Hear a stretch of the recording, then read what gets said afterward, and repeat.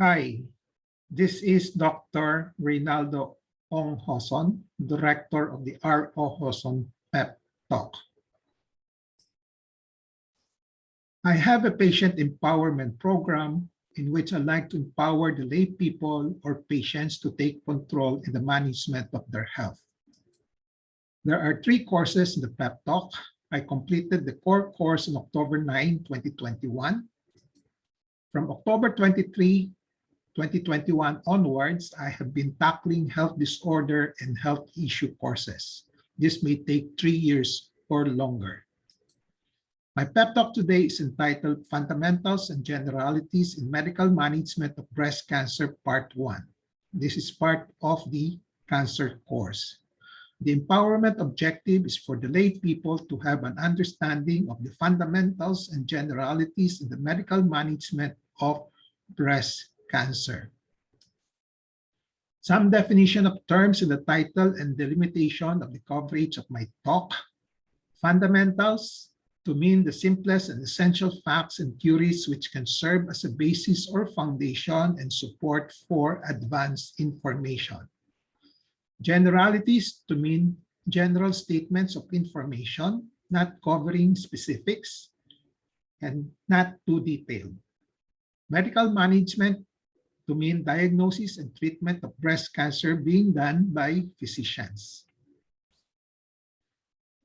This part 1 will cover the following: screening of breast cancer, symptoms that will lead to suspected presence of breast cancer, clinical diagnosis of breast cancer, and paraclinical diagnostic procedures for breast cancer. Screening for breast cancer. Screening for breast cancer means looking for a breast cancer that may be present in apparently healthy and asymptomatic persons, particularly females. Breast cancer is more common in females and uncommon and even rare in males. Breast cancer may also occur in males, 1%, and in a ratio of 1 to 100 females. Usually no more screening in males because breast cancer is rare in this sex. This is an application of the principle in medical screening: screen only in high-risk situations, particularly common and high incidence. The 3 general screening methods consist of risk assessment, interview, or evaluation, risk assessment, interview, and physical examination, risk assessment, interview, and physical examination with the use of instrumental or laboratory diagnostic procedures. Risk assessment, interview, or evaluation is used to look for higher risk for cancer in a particular patient or person, such as family history of cancer, risky lifestyle and behavior such as tobacco use, alcohol use, obesity, use of hormones, exposure to excessive radiation, etc. If positive for higher risk in the risk assessment, interview, and evaluation, proceed to symptom sign evaluation, that means physical examination, and if indicated, do instrumental or laboratory diagnostic procedures. If negative for higher risk, may stop here or proceed to symptom sign evaluation, which include interview and physical examination, just to complete the basic essentials of screening.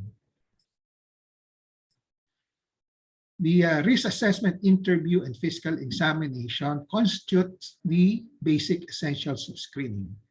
If positive for higher risk and with suspected presence of cancer based on symptoms and sign, proceed to instrumental or laboratory diagnostic procedures as indicated.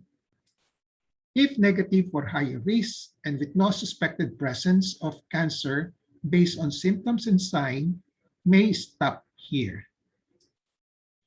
Risk assessment, interview, and physical examination with the use of instrumental or laboratory diagnostic procedures. Do instrumental or laboratory diagnostic procedures only if positive for higher risk for cancer and or if with suspected presence of cancer based on symptoms and signs. In this era of commercialism in medicine and in healthcare, beware of a lot of hospitals and laboratory clinics peddling screening packages for cancer. Don't be swayed easily by the marketing and discount offers. In the Philippines, currently, there is no official nationwide breast cancer screening program. The Philippine Breast Cancer Control Program emphasizes the importance of annual clinical breast examination from healthcare professionals such as nurses, public health physicians, midwives, and monthly breast self-examination. The medical societies, hospitals, clinics, and individual physicians in the Philippines are advocating the following: mammogram starting at age 40 and annually, breast self-examination, and clinical breast examination. Oftentimes, ultrasound of the breast is added. Internationally, such as the American Cancer Society, the guidelines given: women aged 40 to 45 should have the choice to start annual breast cancer screening with mammograms if they wish to do so. Women aged 45 to 54 should get mammograms every year. Women 55 and older should switch to mammograms every 2 years or can continue yearly screening. Screening should continue as long as a woman is in good health and is expected to live 10 or more years or longer. All women should be familiar with the known benefits, limitations, and potential harms linked to breast cancer screening. Women should know how their breasts normally look and feel and report any breast changes to a healthcare provider right away. So this is what is called breast self-examination. For women at average risk of breast cancer, screening mammography is recommended every 1 to 2 years beginning at age 40. If you have not started screening in your 40s, you should start having a mammography no later than age 50. Screening should continue until at least age 75 years. The U.S. Preventive Services Task Force and the Canadian Task Force on Preventive Healthcare have the following recommendations: mammography every 2 years between age 50 and 74. For Canada, it's 2 to 3 years. For women aged 40 to 49, guidelines advocate an individualized approach in which clinicians should base decisions on potential benefits and harms of mammography, the woman's preferences, and her breast cancer risk profile. My personal recommendations: breast self-examination monthly starting at age 20 and onwards, clinical examination of the breast by a breast specialist clinician every 1 to 2 years, age 30 and onwards, mammography every 2 to 3 years from age 50 to 74. When you talk about breast specialist clinician in the Philippines, we're talking about the board-certified general surgeons with extensive training on breast palpation. Let's now go to symptoms that will lead to suspected presence of breast cancer. The alert symptoms or symptom cues for breast cancer are the following: breast mass, change in breast contour, nipple retraction, nipple areolar skin erosion, nipple discharge, especially red color, and armpit mass. The question is pain a symptom cue or alert cue for breast cancer? The answer is pain per se without the above associated alert symptoms, all of this, is not a symptom cue for breast cancer. We will discuss these alert symptoms in the clinical diagnosis of breast cancer. So clinical diagnosis of breast cancer. Clinical diagnosis means a conclusion or decision made by a physician after examining a patient and after evaluation of the data on symptoms and signs. Symptoms are what are felt and observed by the patient or a person on the body, whereas signs are findings of a physician after physical examination of a patient. Procedures in the clinical diagnosis of breast cancer. Patient has symptoms. Physicians evaluate the symptoms to see if these are alert signals or symptom cues for cancer or not. Physician does physical examination to look for sign cues for cancer. Physician processes the symptoms and signs to determine whether the cancer is present, whether cancer is present or not, or the clinical diagnosis. Okay, in terms of not cancer, cancer suspect, probable, and most probable. The processes used in the clinical diagnosis of cancer: pattern recognition and prevalence. Pattern recognition process means realization that the patient's presentation conforms to a previously learned picture or pattern of a disease. Whereas prevalence process means the choice of a diagnosis is based on the frequency of occurrence of the disease in a certain locality, in a certain age and sex group, and in the affected organs and system. Remember the definition and behavior of breast cancer when looking for pattern recognition in the alert symptoms or symptom cues. Remember, breast cancer is a medical disease when some of the breast cells grow uncontrollably with a potential to invade the adjacent body tissues or organs and to spread to distant tissues or organs. Suspect cancer in the breast mass with cues of invasion of the adjacent tissues, ill-defined border, and fixation. Suspect cancer in the breast mass with cues of spread to the armpit and to distant tissues or organs like the bones, the lungs, the brain, and the liver.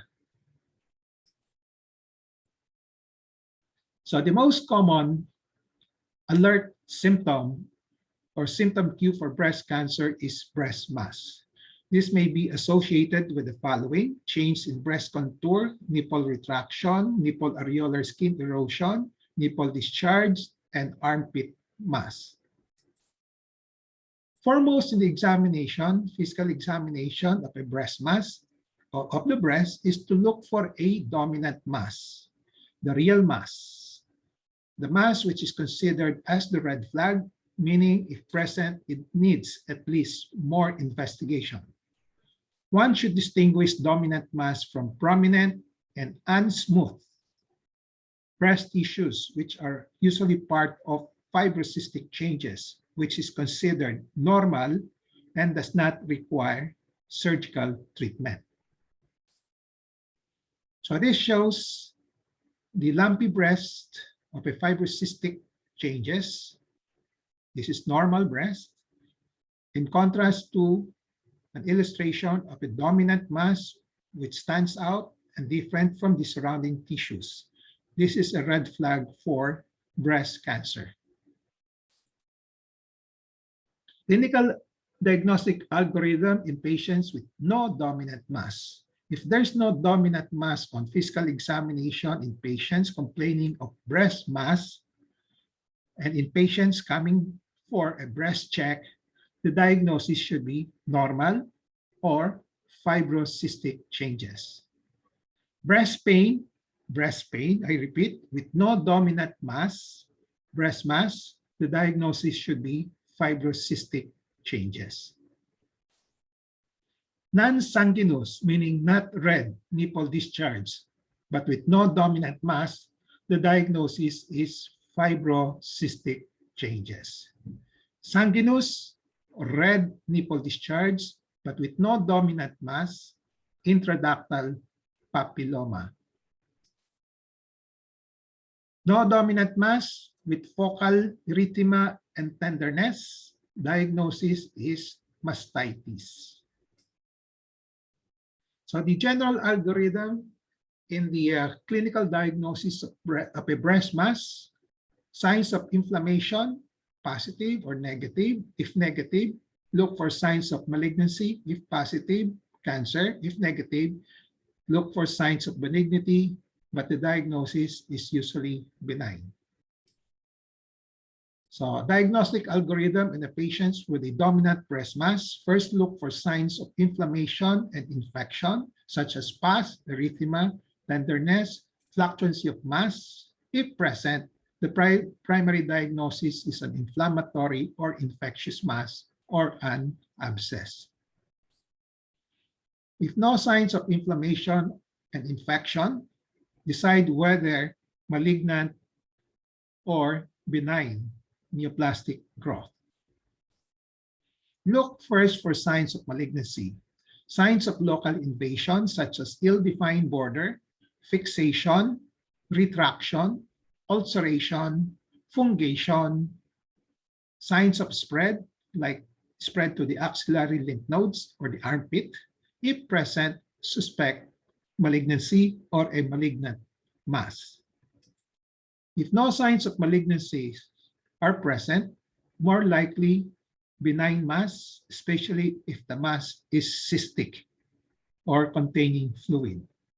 This is a sign of benignity. For nipple discharge, differentiate whether it's red or not red, sanguinous, not red. Okay. If the nipple discharge is not red, there's no mass fibrocystic changes. Not red, but with a mass, evaluate the mass further. Red nipple discharge with no mass, intraductal papilloma. Red with no mass, with a mass, then breast cancer until proven otherwise. So here again are the alert symptoms or symptom cues for breast cancer. Breast mass is the most common, so we have to evaluate the breast mass and look for other associated changes like contour, nipple retraction, nipple areolar erosions, nipple discharge. Okay, red, it's cancer if with a mass, and armpit mass.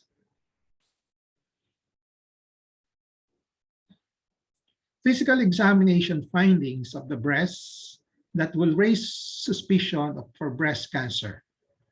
1, presence of a dominant breast mass with telltale or giveaway signs of malignancy, such as sign of local invasion of the breast mass on the adjacent tissues and signs of spread.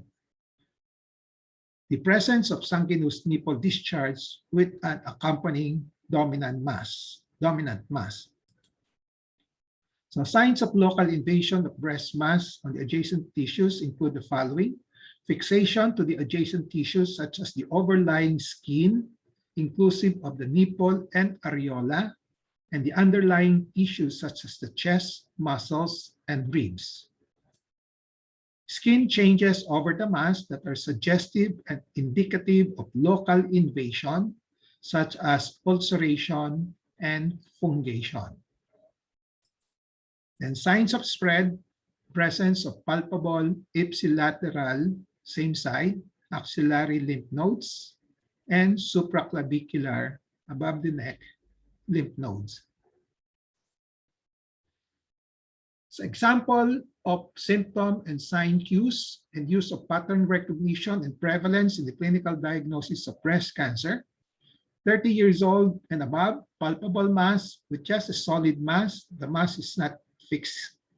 And then there's no armpit lymph node. So this patient has a breast cancer suspect.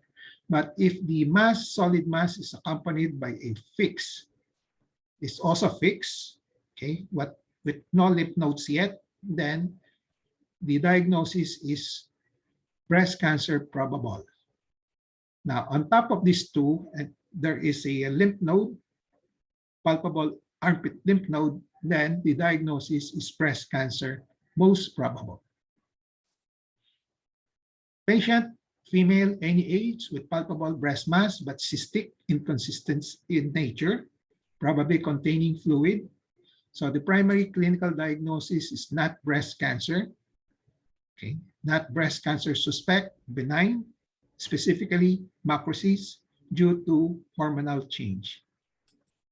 Another patient with palpable breast mass, with redness, tenderness, and possible pus. So the clinical diagnosis is not breast cancer suspect, but benign, and the specific diagnosis is infection or abscess. So again, the procedures in the clinical diagnosis of breast cancer, patients presenting with symptoms, the physician evaluates the symptoms to see if these are alert signals or symptom cues for cancer or not. Physician does physical examination to look for sign cues for cancer. Physician processes symptoms and signs to determine whether the cancer is present or not, or the clinical diagnosis. And he ends up with these possible conclusions or decisions: not cancer, cancer suspect, cancer probable, cancer most probable. The next thing for the physician to decide is whether to do a paraclinical diagnostic procedure or not, okay? Or whether to do an instrumental or laboratory diagnostic procedure. So we now proceed to the next topic, paraclinical diagnostic procedure for breast cancer. The foremost indication for a paraclinical diagnostic procedure can be stated this way. If you are not certain on the primary clinical diagnosis and you need to be certain or be more certain before treatment, then go for a paraclinical diagnostic procedure. To decide an indication of the paraclinical diagnostic procedure, the physician uses two processes. One is the degree of certainty on the primary clinical diagnosis, and two, comparison of the treatment plans of the primary and secondary clinical diagnosis. As a rule, there is no need for a paraclinical diagnostic procedure if you are quite certain of your primary clinical diagnosis and if the treatment plans for the primary and secondary diagnosis are the same. If there is a need for a paraclinical diagnostic procedure, the physician uses the BRCA process. B stands for benefit, risk, R risk, C cost, and then A availability. The physician gives or lists the various options of the paraclinical diagnostic procedures and then gives data on the BRCA. With the data given, the patient is asked what he or she prefers. Example of BRCA comparative analysis of paraclinical diagnostic procedures: option 1, 2, 3, accuracy 99%, 90%, 60%, okay. And then acceptable risk for all, but the cost is 4,000 for option 1, 3,000 option 2, 1,000 for option 3. And all are available. I suppose the best option here should be option 1. There are several issues to discuss in the selection of paraclinical diagnostic procedure to be done for suspected cancer, as there are a lot of confusion, not to say errors happening. So this is not recommended using the FAD, the popular one, without comparative analysis in terms of benefit, risk, cost, and availability of other options, usually with no consideration for cost effectiveness and patient preference. This is also not recommended shotgun approach, ordering every possible test just to catch the diagnosis. And number 3, ordering tests not needed for the diagnosis of cancer. So these fads or these practices are not recommended. Other issues to discuss: primary and secondary indications, direct and indirect investigations of the suspected cancer. When you say primary indications, this refers to the direct information needed on the tumor or alert symptom itself where the cancer is being suspected. So the primary indications for paraclinical diagnostic procedure are the following: not quite certain of the clinical diagnosis of cancer, at the moment just a suspect or probable, need to be very certain in the diagnosis of cancer because of an extensive, complex treatment procedures that is being planned. So this is the first priority, the primary indications. The secondary indications refer to the other informations needed in the planning of treatment if there is a cancer. So after establishing the cancer, you can do other paraclinical diagnostic procedure if you need to know the extent of the cancer and other information such as the specific cancer type and prognostic exams. So, but this should be done after the primary indications. Direct and indirect investigations. Direct means done on the suspected primary cancer lesion itself, such as biopsy of the mass. Indirect means done outside the suspected primary cancer lesion, such as if positive for the cancer in some other parts will infer cancer on the primary lesions. These approaches can be done if indicated or dictated by the situations. However, as much as possible, do the direct approach first. Do the second approach only if the direct approach is not feasible or difficult. Example of physicians ordering for paraclinical diagnostic procedure, shotgun approach, which is not recommended, ordering all of these tests all at the same time, ultrasound of the breast, mammography, CT scan, tumor markers, bone scan, ultrasound, abdomen, PET scan. The recommended one will be this targeted and sequential approach with prioritization. So examine the breast mass first, evaluate the breast mass using a biopsy or ultrasound, and if positive, then we can order other tests to check the extent of the cancer. Example of BRCA comparative analysis of paraclinical diagnostic procedures in a patient with a dominant breast mass, okay, biopsy, ultrasound, mammography, CT scan. Okay. So in terms of benefit, the biopsy gives you direct information. It has a 4+ diagnostic yield, in contrast to the 3 others, which are indirect information or indirect tests, okay, with a CT scan giving you 3+ diagnostic yield, and the mammography 1+, and then ultrasound 2+. Okay, the risk: pain for biopsy, no pain for ultrasound, pain plus radiation. In mammography, CT scan, no pain, but with radiation. The cost is highest for CT scan. And then all are available. Okay. Now, this data are presented to the patient, and then the patient is asked what does she prefers. Okay. Usually, the CT scan is not the first initial test. Okay. And among the 4, the best is still biopsy because it gives you the best diagnostic yield. Algorithm for diagnostic laboratory procedures being done or being recommended by me. Okay. General indications for paraclinical diagnostic procedure need to be more definite after an uncertain clinical diagnosis is derived from history and physical examination. As a rule, if one is quite certain of the clinical diagnosis, as high as 90% degree of certainty, there is no need for laboratory diagnostic procedure.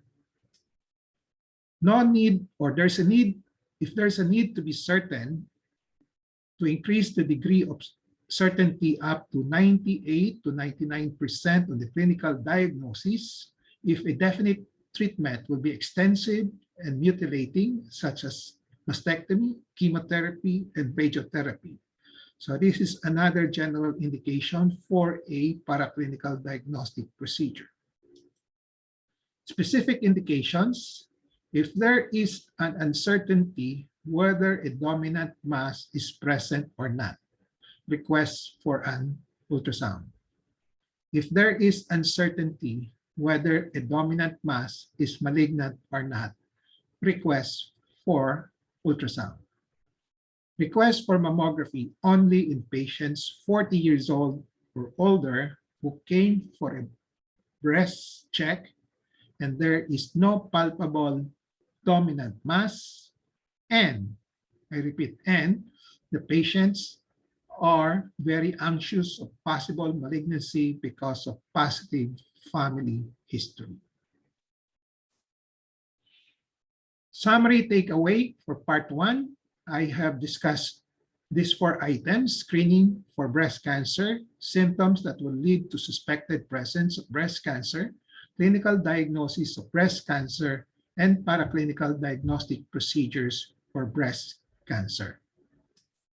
Takeaway in relation to patient empowerment: be always in touch with reliable medical information on fundamentals and generalities in medical management of breast cancer.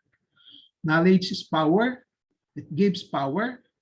Use the 4 Ks of patient empowerment: kaalaman, kakayanan, karapatan, and kapangyarihan to gain greater control over decisions in the medical management of breast cancer. With this, I end my pep talk, Fundamentals and Generalities in Medical Management of Breast Cancer, Part 1.